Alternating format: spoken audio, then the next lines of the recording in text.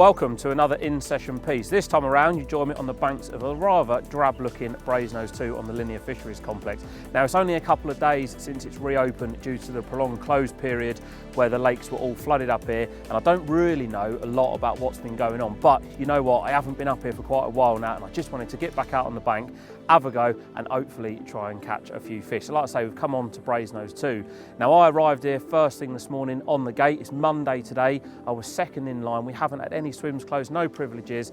Got here, had a little drive around, come round, like I say, onto Brasenose 2 first because this was the lake that I wanted to fish, and the reason why I wanted to come here was because this was the lake where I had a couple of bites before the lakes closed, and also as well it's rather mild and this is the shallowest of all of the lakes as well. So my theory is that the water in here is probably going to warm up a lot quicker than the others, the fish are going to be a lot more active, and hopefully I can put a couple of carp on the bank. Now like I say, it was pretty busy when I arrived here this morning and having a drive around, and I have just slotted in a peg. The peg that I'm actually in is a peg that I actually haven't fished before. It's just outside of the bowl area of the lake, almost opposite the point, so to speak. So I don't really get a lot of access to the main open body of water, which is sort of the area this time of year that I would tend to try and fish. But it is what it is. It is busy. I have just slotted in, got a couple of nights at our disposal. Let's see if we can make it happen.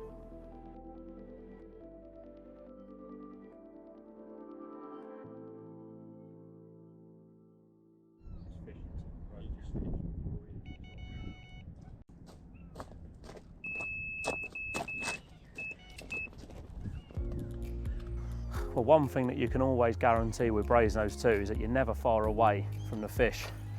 A B2 is in fact the largest lake on the complex, but because it's so shallow, it warms up very quickly and the fish move about so much and they respond so well to bait. I've got the rods out this morning, they've probably been out about an hour, and I'm already in to my first carp, which is kicking right off. So I'm going to concentrate because it'd be nice to start the session on a high.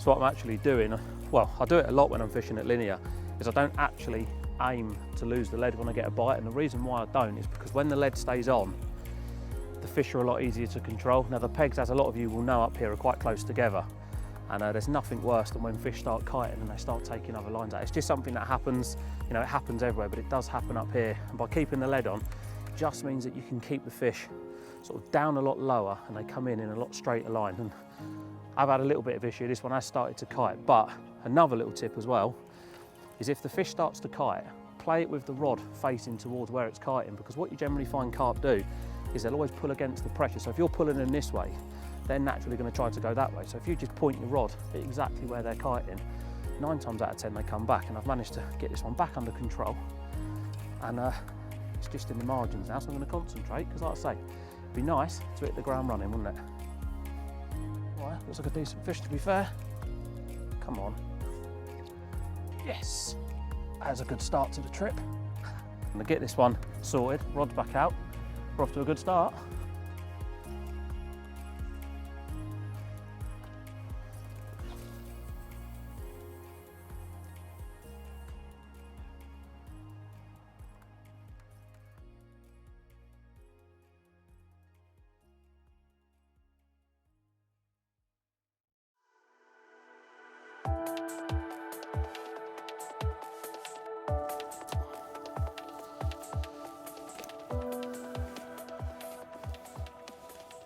Right, it was definitely a little bit bigger than what I thought.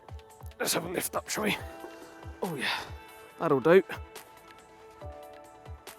Just over £30. How's your luck, eh? What a start. How about this one then to start the film off? A little over £30 of Brasenose 2 mirror carp. I reckon the rods have been in no longer than an hour.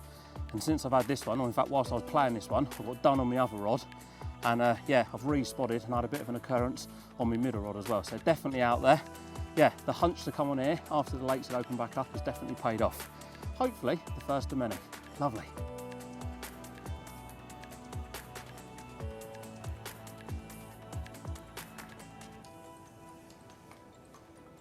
Long thing that is. Here we go. Right on cue. They're on it.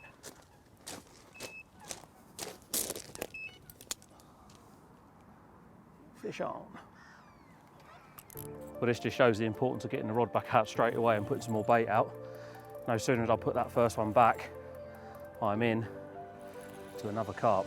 Kited round to the right again, but we're making headway on him. Because the water level's still up a little bit, all of these marginal snags would normally be out the water, but as carp do, they know exactly where they're going.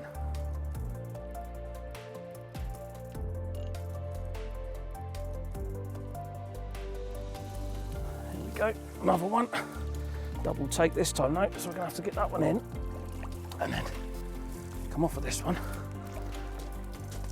Pick the other one up.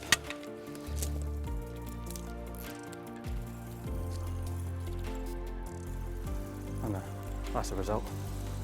And that down for anyone to line. Kicking off.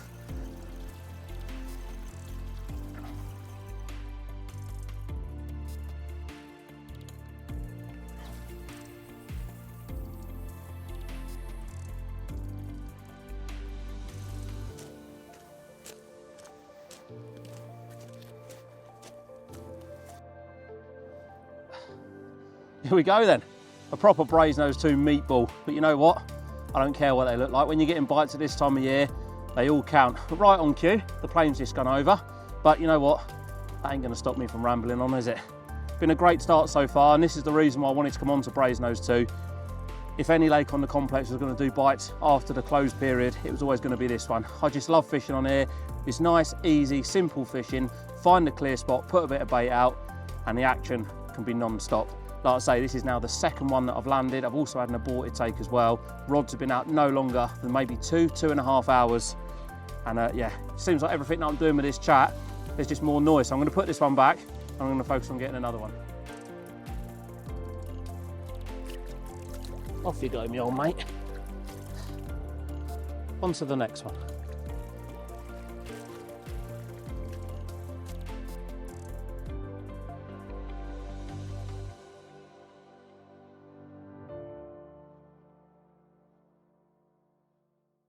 Well, it's always nice to hit the ground running into a session, especially when you're out filming a session piece as well, because ultimately, when we're out filming these session pieces, a big part of it is actually catching a fish.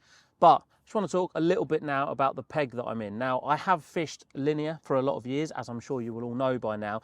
This particular peg that I'm in here now, I've never actually fished in this peg.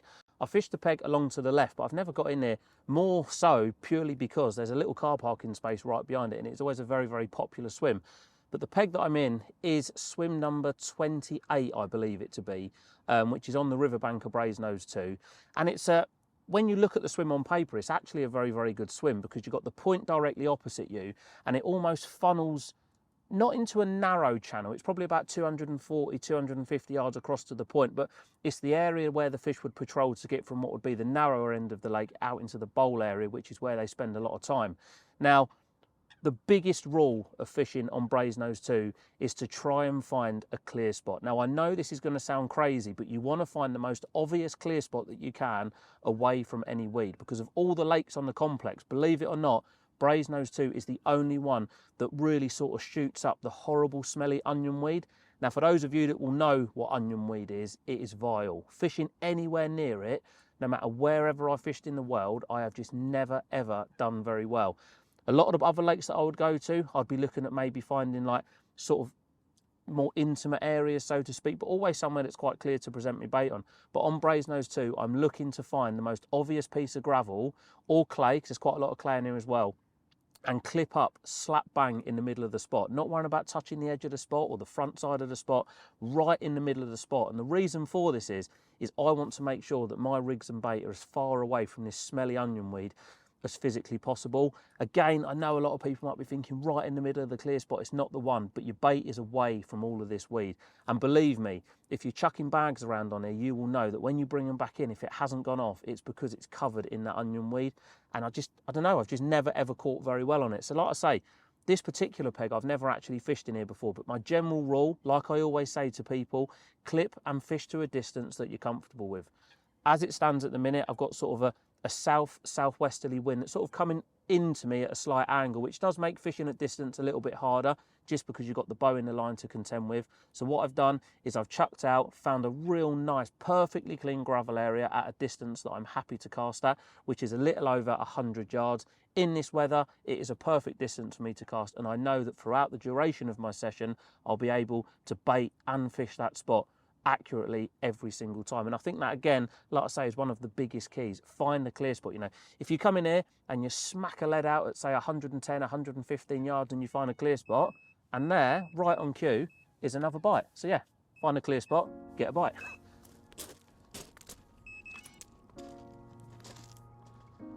Well, luckily enough, I was right near the end of that little piece of chat when this rod decided to rip off. But like I was saying, fishing on Brasenose 2 is all about finding a real blatant, obvious clear spot, which is exactly what I've done in this peg. Now, like I said, I've not fished in this swim before, but as with a lot of the places that you go to, you've got a horizon marker, and all I've done was literally clipped up to a distance that I knew I was going to be comfortable spotting at. So I clipped up at the start of the trip to 27 rod lengths. I didn't really want to go much further than that, and I just picked a few horizon markers, and I just had a little lead around, and true to form, there was a clear spot right in line with a nice prominent sort of dome-shaped tree in the distance. So it's going to make fishing during the day easy, but also at night easy as well.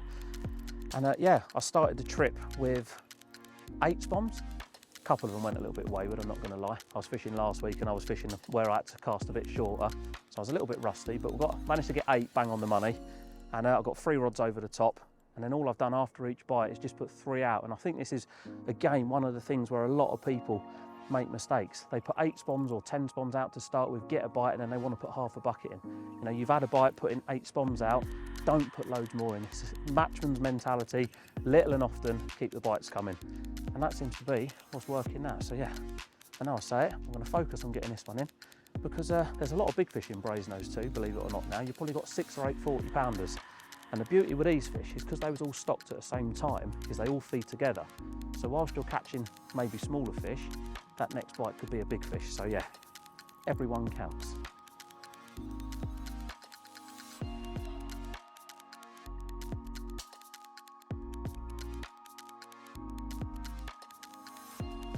Stuck in the tree.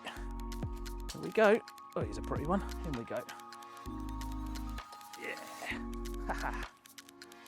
Lovely. Your worst nightmare, me carry on fishing, isn't it? Here's a pretty fish. You got the nibble.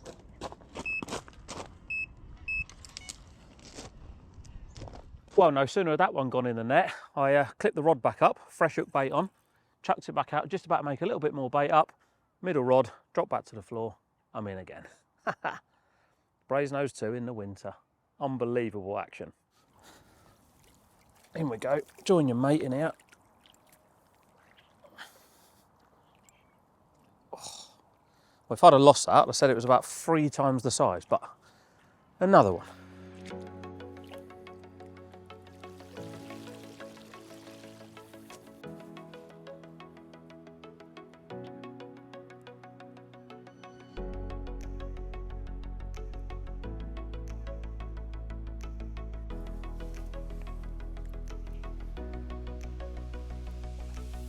The one thing with fishing on Brasenose 2 is there is quite a variety of plain ones, scaly ones, commons, and just your standard mirrors as well. So you don't ever know what's going to pick your hook bait up in here.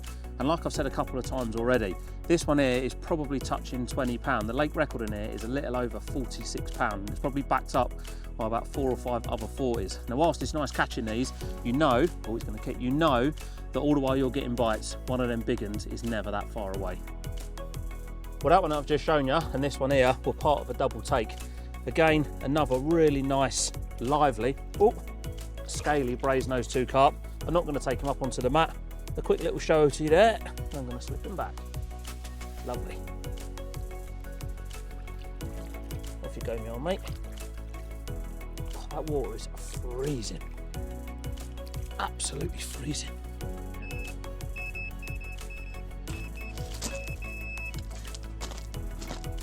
Well, no sooner did I slip that scaly one back, I am away again. And I know it's coming a little bit repetitive now, but this just shows that choosing the right venue at the right time of year, you can have some mega trips. It's gone mild and the pressure is still extremely high. It's still over 1,030, which in my eyes is a very, very high pressure.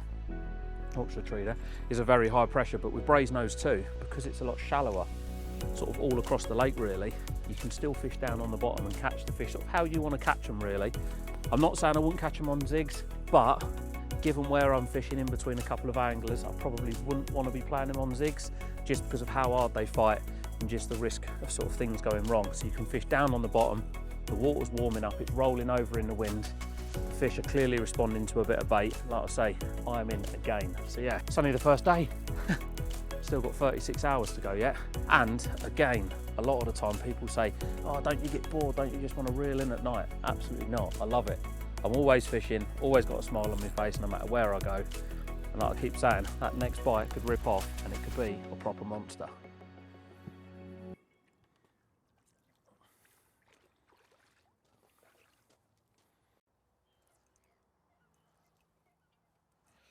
Well, another smaller one. Well, I say small, he's still mid-double. I'm not going to stress him out by getting him out, so I'm just going to release him. It is getting dark now, and the light will go pretty quick, so I'm going to watch him swim off, re-chuck, re-bait, tidy the kit out, have some dinner. What a good day it's been.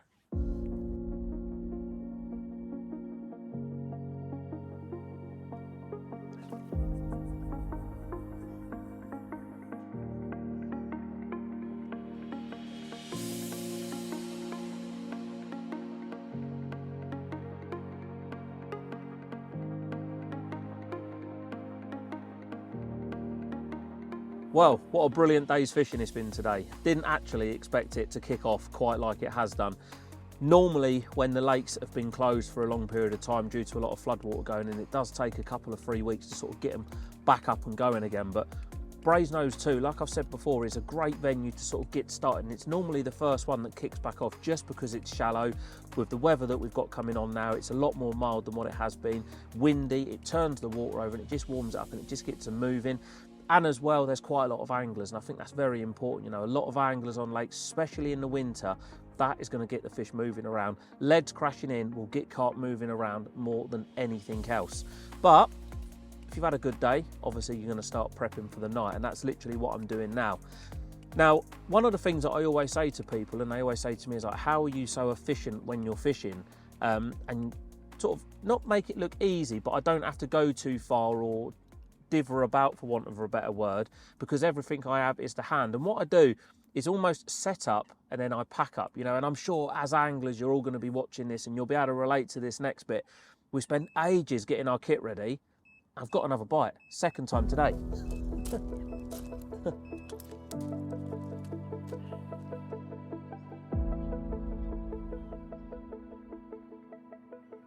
Right, here we go. It's not a bad fish, him. Just fighting really bizarrely. They're fighting so hard. Proper deep-bodied thing, this one. Again, all these fish in it, they all look totally different. The guy next door did just have a common. It'd be nice to catch a common. Don't know exactly how big he is. Definitely a lot bigger than anything else I've had today. If you keep catching them, eventually something a bit bigger pops up, and let me tell you, this looks a little bit bigger. What a way to end the day that is. Cool. Is a decent fish, that one. Pull the net back quick. Yeah, that is a decent fish, that. Proper decent fish. What a great end to the day.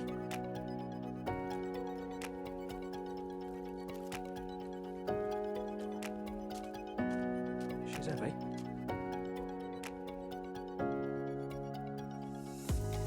That's going to test me, isn't it?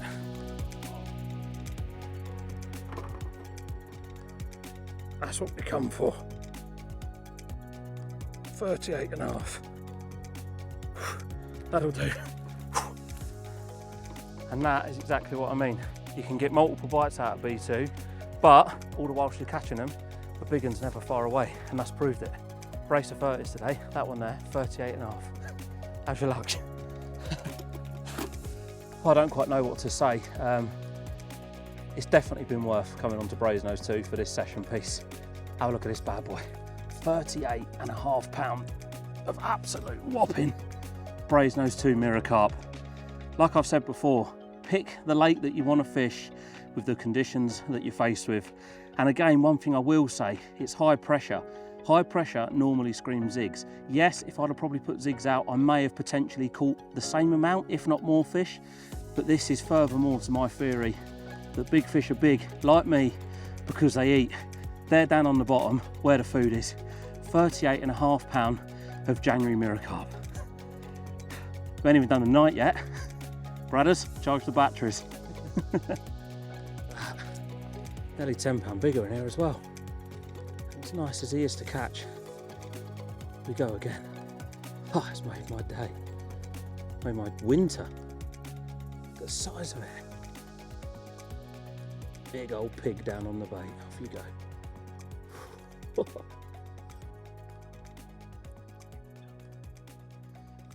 Right, now it's my turn to eat.